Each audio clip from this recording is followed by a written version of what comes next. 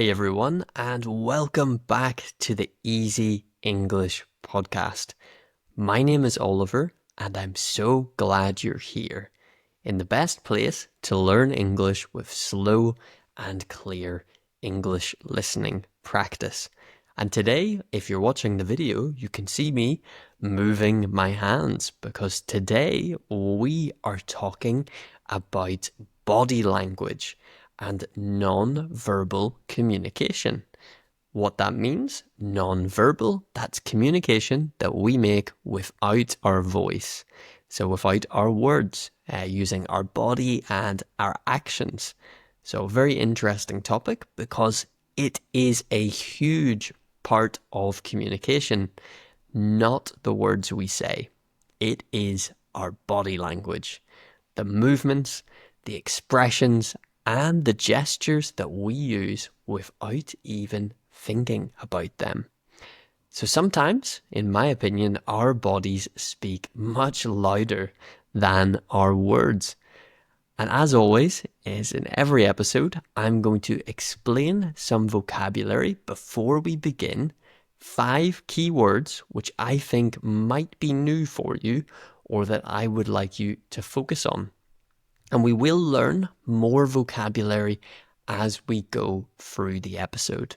And as always, the vocabulary list is in the description of every episode. So you can get that for free with questions and some study materials for the episode too. So before we dive into the conversation, let's look at those 5 key words and phrases that you should listen out for in this episode. Can you do that for me? Perfect. Let's go. So the first one today is gesture. Gesture. You might have a similar word in your language, a similar sounding word. I've heard this word in other languages, and in some it sounds similar. Gesture. It means a movement of part of the body, especially a hand or the head, usually to express an idea or a meaning. For example, she made a kind of gesture offering him a seat. Or another example is giving someone a thumbs up with your hand. That is a gesture too. It's a positive gesture. The second word is posture. Posture is a great word. This means the way that someone holds their body when they're sitting and they're standing. So how straight your back is, where your shoulders are. Some people have very bad postures if they're bent over. When I record this podcast, often I have a bad posture because I'm trying to get closer to the microphone. Our third expression today is facial expression. Facial expression. And this is the way that your face looks, and it shows how you feel. So, for example, you can have a facial expression that is surprised, or happy, or sad. So there's lots of different facial expressions.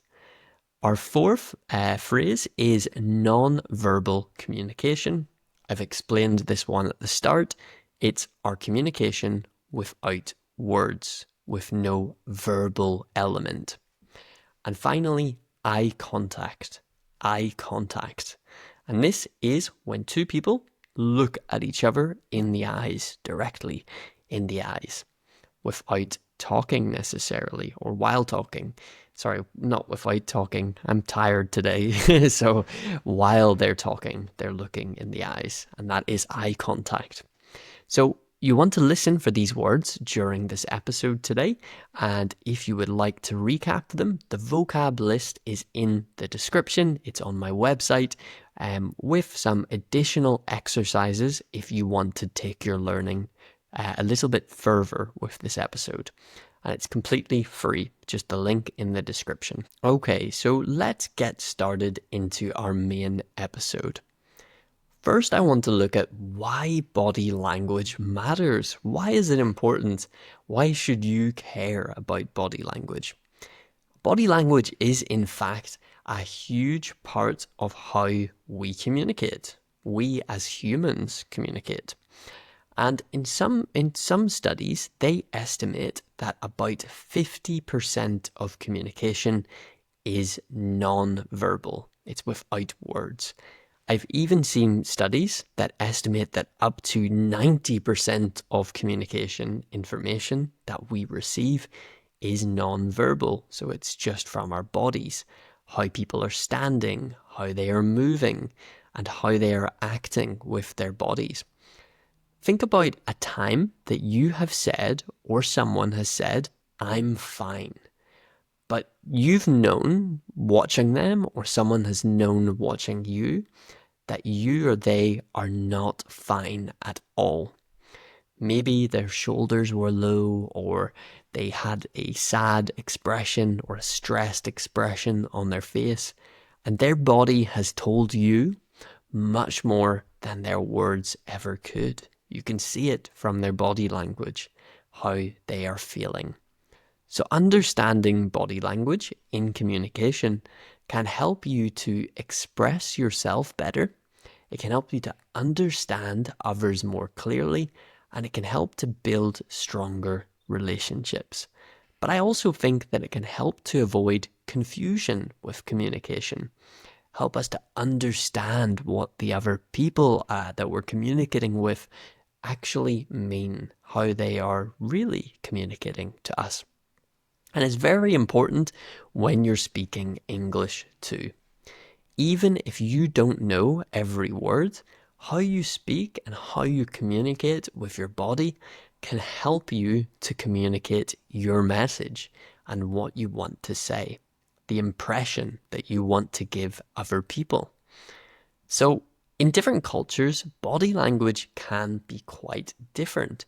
Some of the things that we will talk about today. For example, smiling can show friendliness or happiness. But in some cultures, smiling in public can be quite strange, for example. It can be considered unusual, like you don't smile without a reason. But for example, in Western countries, like the US and the UK, it is considered to be standard, like standard behavior, normal behavior to smile in public.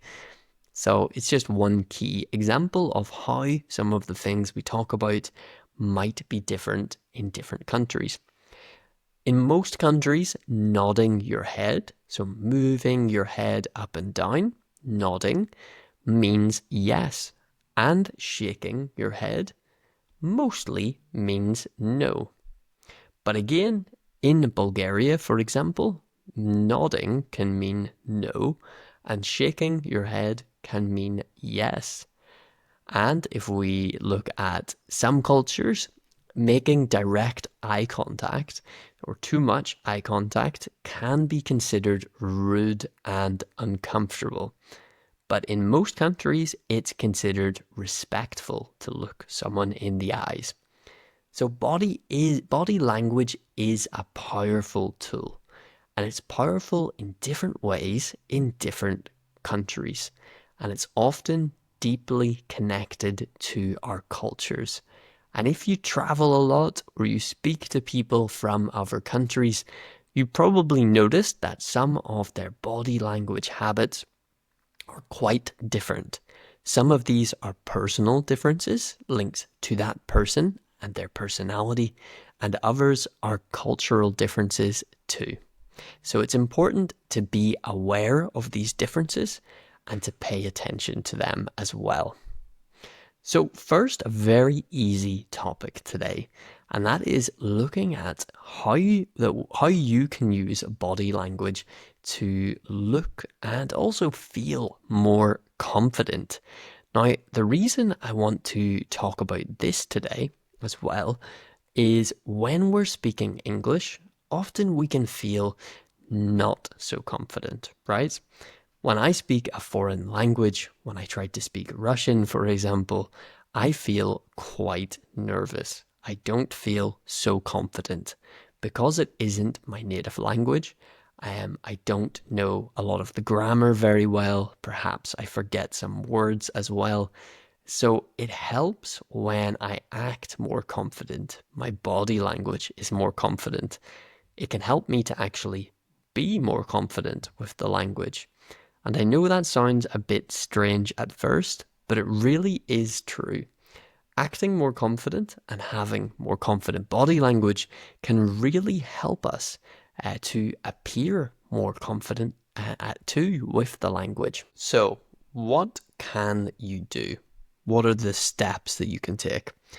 They're very simple. The first is to stand tall and make sure that you keep your shoulders back and your chin up. So keep your head up. I find that sometimes when I talk in a foreign language and I'm thinking, I look down a little bit more. But it's better to keep your head up high when you're speaking. It will make you feel more confident. You're better to use open gestures as well, so not crossing your arms or hiding your hands. And you're also better to keep a calm and open face. So maybe to smile, to have that open, friendly face. It will show that you are feeling confident and happy with the situation. And finally, very, very important is keeping good eye contact in a conversation. I think it's very important in any conversation to have good eye contact. To not stare too much into people's eyes directly, but to maintain that good balance of eye contact.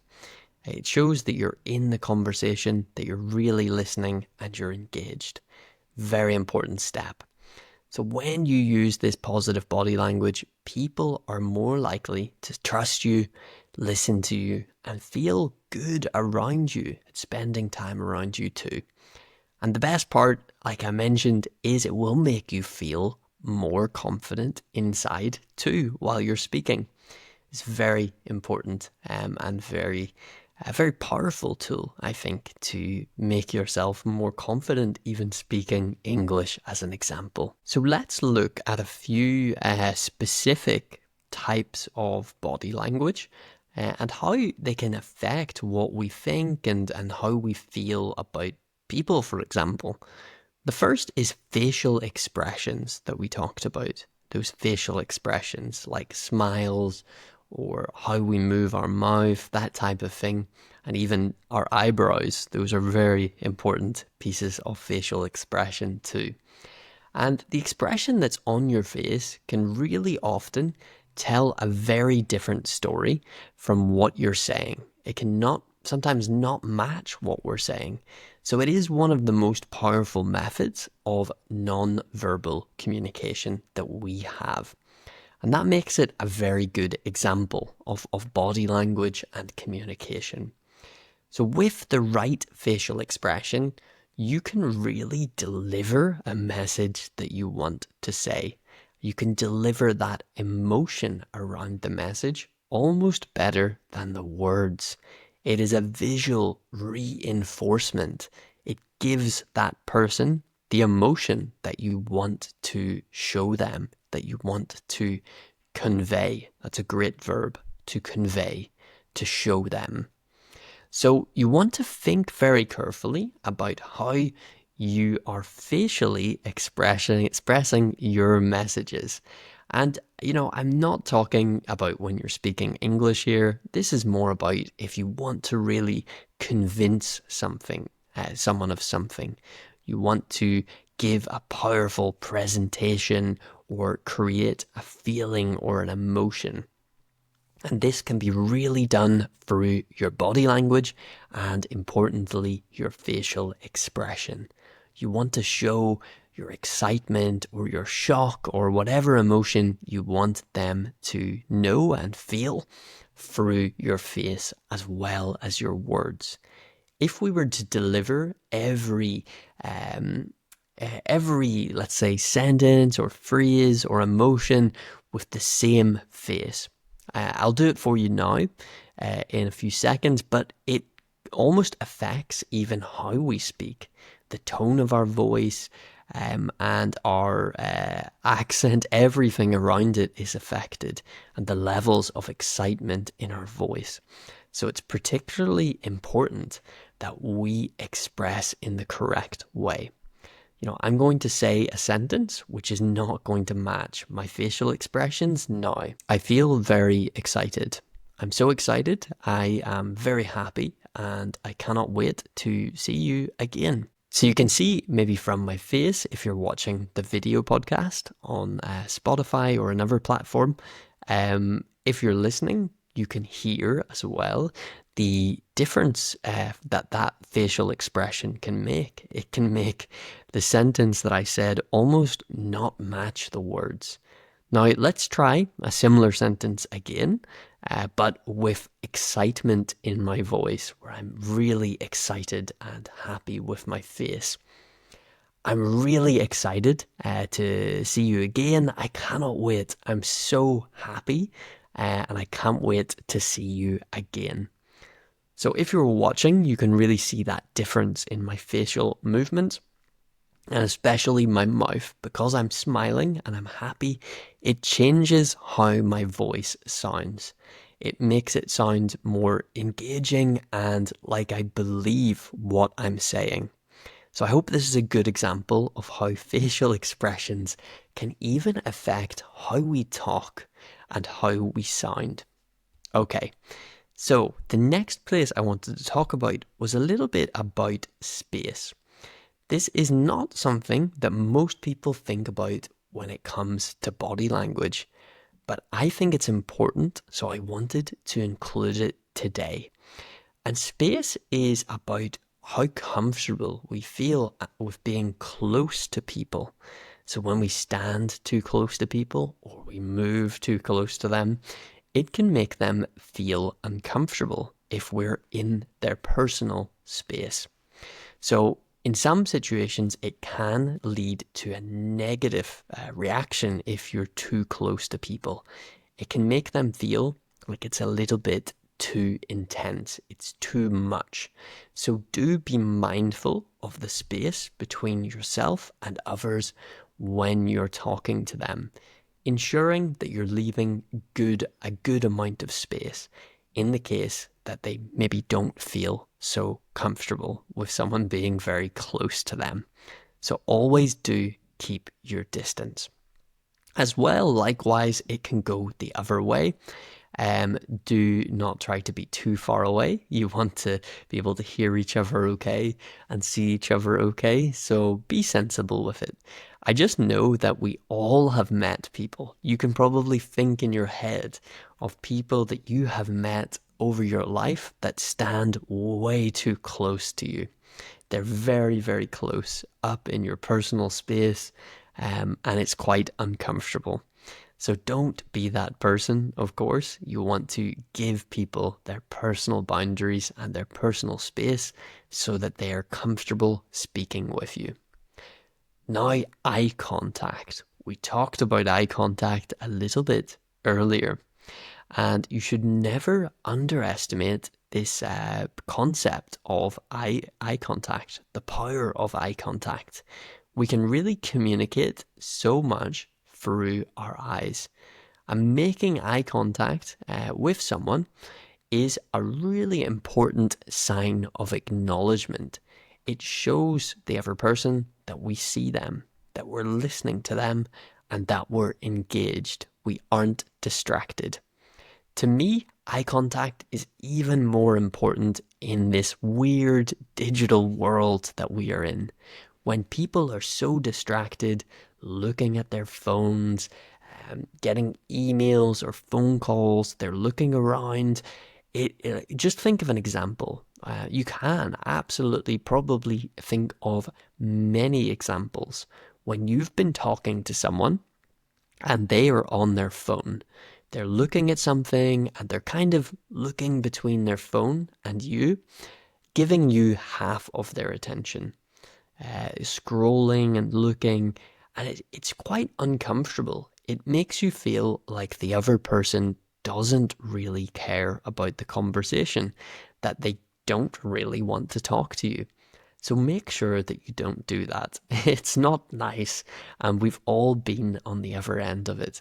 So I think it shows how important eye contact is as an example. And the final element of eye contact in this section is hands.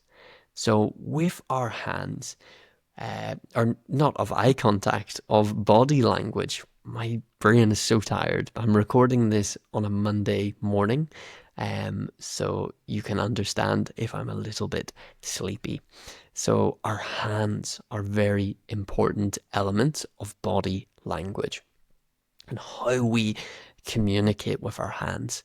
So there's a lot of studies around this, and they show that people like to see our hands.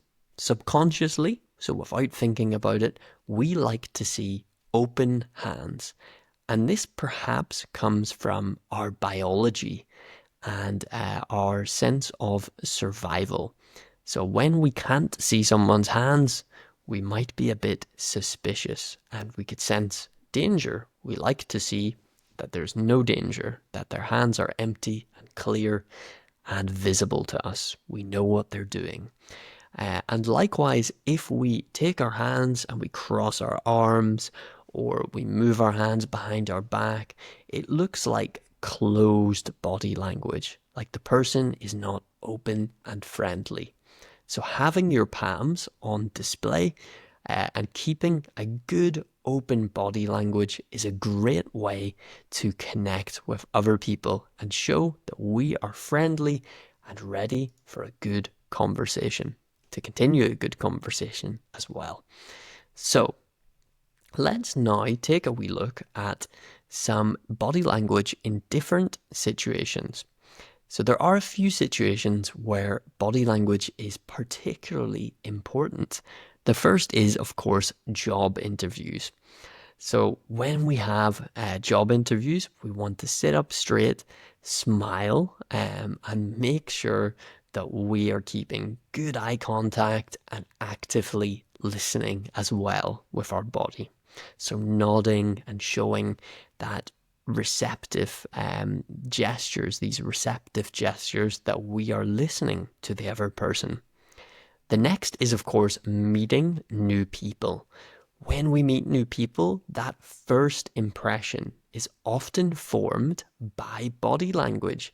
It's what the other person sees in the first few seconds that they meet you. So that's a good handshake in most cultures, a good firm handshake.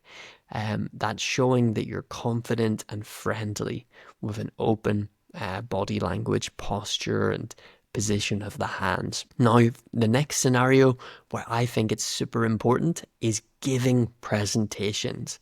You want to show confidence, eye contact, and that you're engaged, that you're really interested and passionate about what you're speaking about. It's very important. How can you expect people to be interested in what you're talking about if you don't even appear to be interested in what you're talking about? That's something to think about. And finally, of course, when we're having conversations in English, if you don't understand something, you can use your face as well. You can look confused, and that helps to show the other person that you also don't understand. You can show that you're really trying to listen by nodding and attentively trying to understand as well. So all of these things help us to communicate, and those scenarios are some of the specific, quite important scenarios, I would say, in which we should focus on our body language. So we have another section which is some particularly interesting and fun facts about body language. But first, I want to say that if you love this podcast, if you like these episodes, why don't you click the link in the description below and come over to our Patreon page. You can see there that every week I post bonus episodes.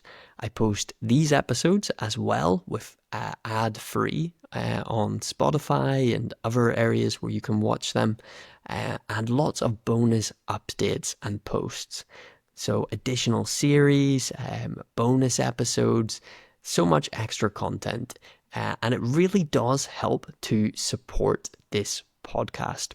So if you love this podcast and if you want to support it, of course, it's completely optional. But each and every one of you that do support the patrons, you keep this podcast going. And I thank you very, very much. But thank you all for your support, even by following or subscribing to this podcast and giving it a good rating is a really great free way to help support me. So I appreciate it very, very much. Thank you. Now, fun facts about body language. A couple of facts that I've picked out, which I think is very interesting. The first is that babies understand body language before they can talk. So they learn to read our faces and expressions before they can even talk and before they can understand our words. So your body language is very important with children and with babies especially.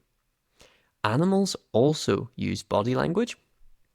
So when dogs wag their tails or cats arch their back, they use body language as much as us. And in some cases, they use it in more important ways than us. They may only use body language to communicate with us, which makes it, I think, particularly important for us to sometimes pay attention to know how they feel. And finally, in high-stress jobs, for example, police officers or pilots, training can often include reading body language to help spot and look for danger or stress. So we can learn so much from how we move our bodies. Humans really are amazing at sending and receiving signals or communication without even saying a word. I think it's so cool. So today we have explored the secret of body language, the secret language that we all use without even realizing. We learned about gestures, posture, eye contact, our hands, our facial expressions, and how to use our bodies to show confidence. The next time you do speak English, remember it's not just your words that matter. It's the way you move, it's the way you stand, and the smile that can make all the difference. So don't stress so much about the language. If you have good body language in your native language and everyday life, you can really help up your communication in English too with that body language. Thank you so much for listening. If you did enjoy this episode, please make sure that you followed the podcast or subscribed, and it helps so much. And rate the podcast a 5-star rating. It helps so much to get it to new people. Patreon link and the vocab list as well is in the description below if you're interested. I will see you next time, and thank you so much for listening. Goodbye.